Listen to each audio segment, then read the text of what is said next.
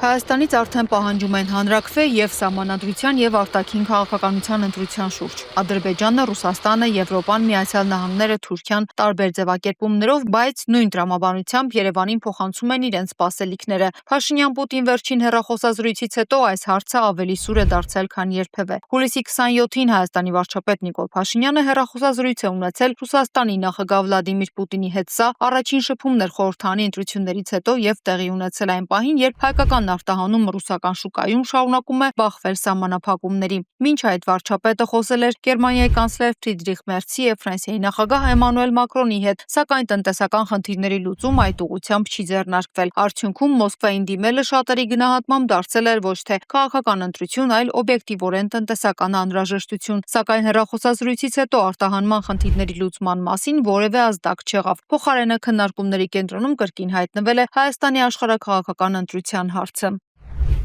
Փաշինյանի և Պուտինի հեռախոսազրույցը ըստ էության ցույց տվեց, որ Մոսկվայի առաջնահերթությունը ոչ թե տնտեսական հարցերն են, այլ Հայաստանի ռազմավարական կողմնորոշումը։ Կրեմլը կրկին օրակարգ բերեց Եվրամիություն թե ԵԱՏՄ ընտրության հարցը, ակնարկելով հանրաքվեի անհրաժեշտությունը, իսկ տնտեսական սահմանափակումների վերացման վերաբերյալ որևէ կոնկրետ խոսք այդպես էլ չհնչեց։ Ավելին, Ռուսաստանը հերթական անգամ շնորհավորեց Փաշինյանին ընտրություններում հաղթանակի կապակցությամբ, ինչը դիվանագիտական լեզվով հազիվ թե պատահական լռություն լինի։ Ընդհանուր պատկերը վկայում է, որ Մոսկվան այլևս չի բավարարվում Երևանի հավաստիացումներով եւ ակնկալում է վերջնական ռազմավարական ընտրություն։ Մոսկվան արդյունքներին չի հավատում, այս արտահայտությունն ամենաճշգրիտն է նկարագրում երեկվա հեռախոսազրույցի քաղաքական բովանդակությունը։ Եթե Սուրենյանցը խոսում է արտաքին քաղաքական ճգնաժամի մասին, ապա ՀՀԿ-ական Էդուարդ Շարմազանովը հարցը դիտարկում է ինքնիշխանության տեսանկյունից։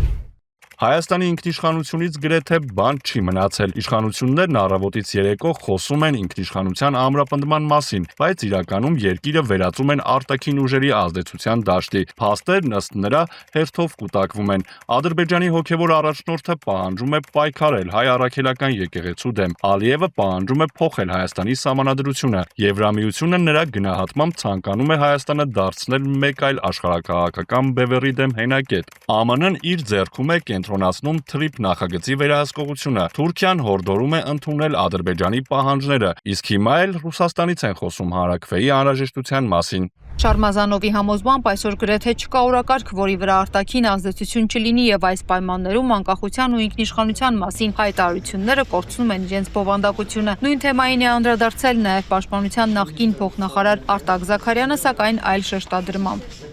Այսօր արդեն ակնհայտ է, որ Հայաստանից պահանջվում է անցկացնել առնվազն 2 հանրաքվե։ Ադրբեջանը պահանջում է, որ ժողովուրդը փոխի սահմանադրությունը եւ հրաժարվի անկախության հռչակագրի այն դրույթներից, որոնք վերաբերում են Արցախին։ Մյուս կողմից ԵԱՏՄ-ն ցանկանում է, որ նույն ժողովուրդը որոշի՝ շարունակում է անդամակցությունը միությանը, թե ընտրում է Եվրամիության ուղղությունը։ Արտաքին դերակատարները այլևս չեն վստահում գործող իշխանության որոշումներին։